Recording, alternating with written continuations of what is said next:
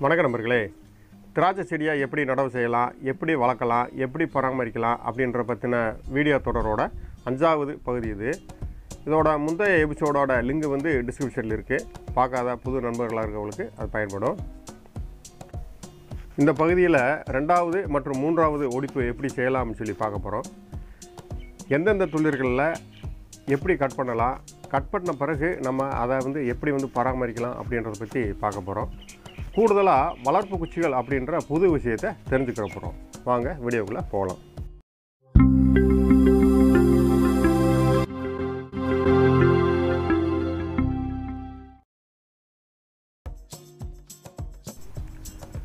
நம்ம திராட்சை செடியை நடவு செஞ்ச பிறகு அது முதலாக திராட்சை பழங்கள் காய்க்கிறதுக்கு 1 வருஷம் ஆயிரும்.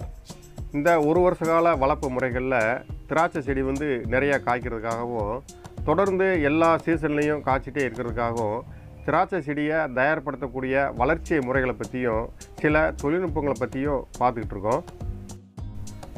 நம்ம வளர்க்குற திராட்சை செடி வந்து பந்தலில் படர்ந்து வளர்ந்துட்டு இருக்கிற சமயங்களில் குறிப்பிட்ட இடத்துகளில் கட் பண்ணி விட்டோம்னா அதிலிருந்து புதிய பிரான்ச்சஸ் வந்து துளிர்த்து வந்துக்கிட்டு இருக்கோம். அதையும் கொஞ்ச காலம் வளர்த்து குறிப்பிட்ட இடங்களில் கட் பண்ணி விட்டோம்னா அதிலிருந்து சப் பிரான்ச்சஸ் வந்து அதிகமாக வளர்ந்து வர ஆரம்பிக்கும். இந்த சப் பிரான்ச்சஸே நம்மளுக்கு காய்ப்பு பூச்சிகளாக வரும். நிறையா வந்து திராட்சை காய்க்கிறதுக்கு இந்த சப் பிரான்ச்சஸ் தான் காரணம். இந்த சப் பிரான்ச்சஸோட எண்ணிக்கையை அதிகப்படுத்துறதுக்கு பந்தலில் வந்து குறைஞ்சது ஒரு 5 மாதம் வளர்க்கணும். 15 நாளைக்கு ஒரு தடவை வந்து அதோட வளர்ச்சியை வந்து கட் பண்ணி விடணும். அந்த வகையில் மொத்தம் வந்து 10 முறை கட் பண்ணி விட்டால் போதும், நம்மளுக்கு தேவையான சப் பிரான்ச்சஸ் வந்து வந்துடும். இந்த சப் பிரான்ச்சஸோட எண்ணிக்கையை அதிகப்படுத்துகிற தொழில்நுட்பம்னு இந்த ஒடிச்சு வளர்க்குற முறைன்னு சொல்கிறது. நம்மளுக்கு திராட்சை செடி நிறைய காய்க்கிறதுக்கு இந்த சப் பிரான்ச்சஸ் ரொம்ப முக்கியம். அதைத்தான் நம்ம காய்ப்பூச்சிகள்னு சொல்கிறோம். இதோட முக்கியத்துவத்தையும் அவசியத்தையும் கருதி நம்ம இந்த எபிசோடில் அதை ஒரு தனி பார்ட்டாகவே ஒரு வீடியோ போட்டிருக்கோம். அதை வந்து மேஜிக் ஸ்டிக்குன்னே சொல்லலாம், அதாவது காய்க்கக்கூடிய மந்திர குச்சிகள்னே சொல்லலாம். பார்க்காம மிஸ் பண்ணியிருந்தீங்கன்னா லிங்க் டிஸ்கிரிப்ஷனில் இருக்குது. நாம் ஏற்கனவே இதோட முந்தைய எபிசோடுகளில் முதல் ஒடிப்பை வந்து எப்படி ஒடிக்கலாம் அப்படின்னு சொல்லி செஞ்சு பிடிச்சிருந்துருப்போம். இப்போ இதை தொடர்ச்சியாக வந்து முதல் ஒடிப்பு ஒடித்த பிறகு நம்ம திராட்சை செடியோட வளர்ச்சி அந்த 15 நாளில் எப்படி இருக்கும், எந்தெந்த துளிர்களில் நம்ம 2வது ஒடிப்பு வேலைகளை செய்யலாம், ஒடிப்பு வேலைகள் செஞ்ச பிறகு அந்த துளிர்களை நம்ம எப்படி முறைப்படுத்தி கட்டலாம் அப்படின்றத ஒவ்வொன்றா பார்த்துடலாம். நம்ம திராட்சை செடியை முதலாக கட் பண்ணுறப்ப அதோட நிலை வந்து எப்படி இருக்குது அப்படின்னா, பந்தலுக்கு மேலே 13 இலை வரைக்கும் செடி வந்து வளர்ந்து போயிட்டுருக்கும். அந்த சமயங்களில் 6 மற்றும் 7வது இலைக்கணுவில் நம்ம கட் பண்ணி எடுத்துருப்போம். அந்த 6வது இலைக்கணுவில் கீழ்ப்பக்கம் உள்ளது பூரா இந்த மாதிரி புதிய துளிர்கள் வந்து வளர்ந்து வந்துட்டுருக்கோம். இது வந்து நம்ம முதல் ஒடிப்பில் இந்த நிலைமை வந்து இருந்திருக்கும். இப்போ நம்ம 2வது ஒடிப்பு எப்படி செய்யலாம்னு சொல்லி பார்க்கலாம். நம்ம முதல் ஒடிப்பை ஒடிச்சு முடித்த பிறகு 15 நாட்களில் திராட்சை செடியில் என்னென்ன மாற்றங்கள் நடந்திருக்கும் அப்படின்னா, அந்த மாதிரி சிறு சிறு துளிர்களாக இருந்தது கொஞ்சம் 13 இலை வரைக்கும் வளர்ந்து வந்திருந்திருக்கும். மேக்ஸிமம் 6 கணுவில் நம்ம கட் பண்ணியிருந்தோம்னா 4 கணுவில் வந்து இந்த மாதிரி பெரிய துளிர்கள் வந்து வந்திருந்திருக்கும். ஒவ்வொன்றில் 5 கூட வளர்ந்துருக்கும். குறைஞ்சபட்சம் 3 இருந்திருக்கும். 3 துளிர் வந்து கண்டிப்பாக இருக்கும். 5 துளிர் கூட அதிகபட்சமாக இருக்கிறதுக்கு வாய்ப்பு இருக்குது. நம்ம 4 துளிர்கள் இருந்ததாகவே கணக்கு வச்சுக்கிடுவோம். இந்த மாதிரி முதல் ஒடிப்பை முடித்த பிறகு 15 நாள் வளர்ச்சியில் நம்மளுக்கு கிடச்சிருக்க இந்த 4 துளிர்களும் எப்படி வளர்ந்துருக்கு அப்படின்னு சொல்லி பார்த்துடலாம். அது பிறகு அந்த ஒவ்வொரு துளிர்லையும் நம்ம எப்படி கட் பண்ணணுன்றதையும் பார்க்கலாம். உதாரணத்துக்கு நம்ம ஒரு துளிரில் மட்டும் எப்படி கட் பண்ணிடலாம்னு பார்த்துட்டோம்னா அதே மாதிரி மற்ற 3 துளிர்களையும் நம்ம கட்டிங்கை வந்து செஞ்சுக்கலாம். இப்போ நம்ம 2வது ஒடிப்பை எப்படி செய்யலாம்னு சொல்லி பார்க்கலாம். அதுக்கு முன்னால் நம்ம 4 துளிர்களும் எப்படி வளர்ந்துருக்குன்னு சொல்லி பார்த்துட்டோம்னா நம்மளுக்கு இந்த ஒடிப்பு வேலை செய்கிறது கொஞ்சம் ஈஸியாக இருக்கும். இது முதலாவது பிரான்ச்சஸ்ஸு ஒரு 13 இலை வரைக்கும் வளர்ந்துருக்கு.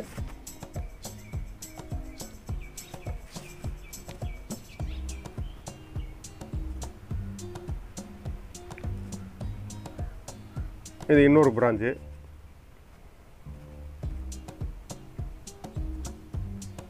இதுலேயும் 10 இலை 13 இலை வரைக்கும் வளர்ந்துருக்கு. பக்கத்தில் இருக்க இது இன்னொரு பிரான்ச்சு. இதுலேயும் 10-13 இலை வரைக்கும் வளர்ந்துருக்கு. இப்போ 4 பிரான்ச்லேயும் நம்ம வழக்கமான கட்டிங்கை வந்து செய்ய போகிறோம். அதாவது 13 இலைகளுக்கு மேலே வளர்ந்துள்ள தளிர்களில் 6 மற்றும் 7வது இலைக்கணுவுக்கு இடையில் நம்ம வந்து கட் பண்ணி விட்டுருவோம். இது இந்த மாதிரி கட் பண்ணி எடுத்துருவோம்.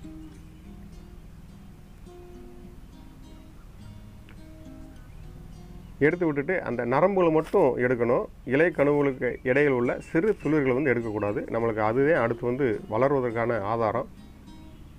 இந்த சிறு துளிர்களை எடுக்கக்கூடாது, நரம்புகளை மட்டும் எடுக்கணும். அதே மாதிரி இந்த இன்னொரு பிரான்ச்லேயும் 6 மற்றும் 7வது இலை கணுவுக்கு இடையில் கட் பண்ணிடணும். கட் பண்ணிவிட்டு நரம்புகளை மட்டும் நீக்கலாம். நம்ம கட் பண்ணி இந்த மாதிரி கட் பண்ணி துண்டாக வெளியே எடுத்துடலாம்.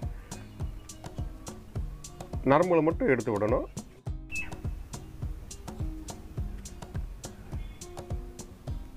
இந்த மாதிரி இருக்கிற சிறு துளிர்களை வந்து எடுக்கக்கூடாது. நம்மளுக்கு அதுதான் வளர்ச்சிக்கான ஆதாரம். சிறு துளிர்களை எடுக்கக்கூடாது. இந்த மாதிரி இருக்கிற சிறு துளிர்கள் தான் அடுத்து 15 நாள் வளர்ப்பில் பெரிய துளிராக வந்து வளர ஆரம்பிக்கும். 13 இலை வரைக்கும் இந்த துளிர்கள் தான் வளரும். இதில் தான் நம்ம அடுத்து 3வது வெடிப்பை வந்து செய்ய போகிறோம்.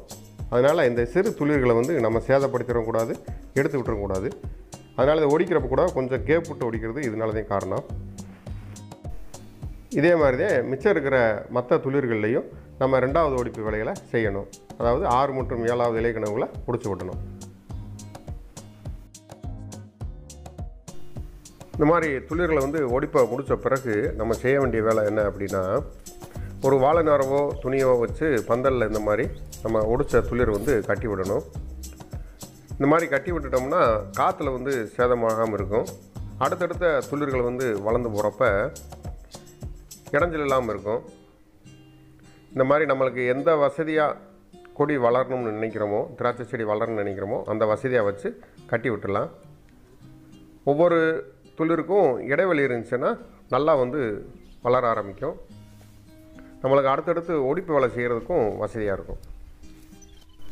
அடுத்து 3வது ஒடிப்பை எப்படி செய்யலாம்னு சொல்லி பார்க்கலாம். இதுலேயும் நம்ம 2வது ஒடிப்பு முடிஞ்ச பிறகு 15 நாட்களில் திராட்சை செடியில் என்னென்ன மாற்றங்கள் வந்து நடந்துச்சு, எந்தெந்த குச்சிகளை வந்து நம்ம 3வது ஒடிப்பு வேலை செய்யலாம், முடித்த பிறகு என்னென்ன வேலைகள் செய்யணும் அப்படின்றத பற்றி பார்க்கலாம். இது நம்ம ஏற்கனவே 2வது வெடிப்பை ஒடிச்சு நார் போட்டு கட்டிருக்கோம். இதில் இலை கணுவுகளில் சிறு சிறு துளிர்கள் வந்து வரும். இதில் முக்கியமாக நுனி பகுதியில் 5வது 6வது இலை கணுவில் நல்ல ஆரோக்கியமான 2 துளிர்கள் வந்து வெளியேறும். இந்த மாதிரி கீழ்ப்பகுதியில் சிறு சிறு துளிர்கள் வந்து வளர்ந்துருந்தாலும் இந்த நுனிப்பகுதியில் இருக்கிற மாதிரி ஆரோக்கியமான துளிர்களாக அது இருக்காது. கீழ்ப்பகுதியில் இருக்கிறது இது நுனிப்பகுதியில் வந்து நல்ல ஆரோக்கியமாக நல்ல நரம்புகளாக இருக்கும். இந்த துளிர்கள்லாம் ஒரு இலை 2 இலையோட அப்படின்றும் இது வளர்ச்சியும் இருக்காது. நம்ம இந்த துளிர்களில் வளர்ப்பு முறைகளையும் ஒடிப்பு முறைகள்லையும் செய்ய போகிறோம். நம்ம இது வரைக்கும் 1வது ஒடிப்புலையும் 2வது ஒடிப்புலையும் பண்ணதிலிருந்து 3வது ஒடிப்பில் சின்னதாக ஒரு மாற்றம் மட்டும் செய்ய போகிறோம். வழக்கமான ஒடிப்பு தான் இது. அதாவது 13 இலை வளர்ந்துருக்கணும். 6வது மற்றும் 7வது இலை கணுவில் நம்ம ஒடிச்சு விடணும். இது எல்லா ஒடிப்புக்கும் காமனான ஒன்று. இதில் என்ன சிறு மாற்றங்கள் அப்படின்னா, நம்ம முதல் ஒடிப்பு செய்கிறப்ப 4 பிரான்ச்சஸ் வந்து வெளியேறி வந்திருக்கோம். அந்த 4 பிரான்ச்சஸ்லேயும் நம்ம 2வது ஒடிப்பை வந்து அப்ளை பண்ணி கட் பண்ணி விட்டுருந்துருப்போம். அதிலிருந்து ஒவ்வொரு பிரான்ச்சஸ்லேருந்து 2 சப்பு பிரான்ச்சஸ் வந்து வந்திருக்கும். அந்த 2 சப்பு பிரான்ச்சஸ்லேருந்து இப்போ நம்ம 3வது ஒடிப்பை வந்து செய்ய போகிறோம். அந்த 2 சப் பிரான்ச்சஸில் 1ல் மட்டும் கட் பண்ண போகிறோம், 1 வந்து கட் பண்ணாமல் விட போகிறோம். இது மட்டும்தான் மாற்றம். இப்படி ஒடிக்காமல் விடக்கூடிய குச்சிகள் தான் வளர வளர அப்படியே காய்ப்பு குச்சிகளாக நம்மளுக்கு கிடைக்க ஆரம்பிக்கும். ஒடிக்கப்பட்ட குச்சிகள் தான் நம்மளுக்கு அடுத்தடுத்த ஒடிப்புகளுக்கு தேவையான துளிர்களை வந்து வளர்த்து விட்டுக்கிட்டே போகும். அப்போ நம்ம 3வது ஒடிப்பிலிருந்து ஒரு குச்சியை வந்து ஒடிச்சு வளர்க்குறோம், ஒரு குச்சியை வந்து ஒடிக்காமல் அப்படியே விட்டுறோம். ஒடிக்காமல் விட்டுற குச்சி காய்ப்பு குச்சிகள், ஒடிக்கிற குச்சி வந்து வளர்ப்பு குச்சிகள். சரி, இப்போ 3வது ஒடிப்பை எப்படி செய்யலாம்னு சொல்லி பார்க்கலாம். நம்ம ஏற்கனவே சொன்ன மாதிரி 2 சப் பிரான்ச்சஸில் ஒரு சப் பிரான்ச்சஸ் மட்டும் வழக்கமான மெத்தடில் நம்ம கட் பண்ண போகிறோம். அதாவது 13 இலை வரைக்கும் வளர விட்டுட்டு 6 மற்றும் 7வது இலை கனவில் நம்ம கட் பண்ணி விட போகிறோம். அப்படி கட் பண்ணி விட்டுட்டு இப்படி பந்தலில் வழக்கமான முறையில் ஒரு கட்டு கட்டிட வேண்டியது. இந்த சிறு துளிர்களே அடுத்து 4வது ஒடிப்புக்கு சப் பிரான்ச்சஸாக வெளியேறி வரும். இதே வளர்ப்பு குச்சிகள்னு சொல்கிறோம். 4வது ஒடிப்புக்கு தேவையான சப் பிரான்ச்சஸை இதே வளர்த்து கொடுக்கும். இதில் ஒடிக்காமல் ஒரு சப் பிரான்ச்சஸ் இருக்கும். இந்த சப் பிரான்ச்சஸ் நம்ம ஒடிக்கக்கூடாது. இது 13 இலையிலிருந்து 20 இலை வரைக்கும் வளர்ந்து இப்படி இந்த மாதிரி போய்கிட்டே இருக்கும்.